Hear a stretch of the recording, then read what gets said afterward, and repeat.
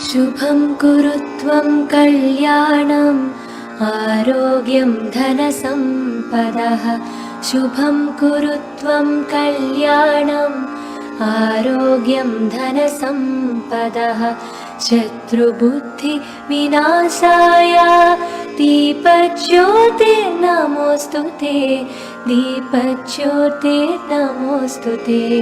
दीपज्योतिर्परब्रह्म दीपज्योतिर्जनार्दनः। दीपज्योतिर्परब्रह्म दीपज्योतिर्जनार्दनः। दीपो हरतु मे पापं सन्ध्यादीपनमोऽस्तु ते। शुभं कुरु त्वं कल्याणम् आरोग्यं धनसम्पदः। शुभं कुरु त्वं कल्याणम् आरोग्यं धनसम्पदः। शुभं कुरु त्वं कल्याणम् आरोग्यं धनसम्पदः।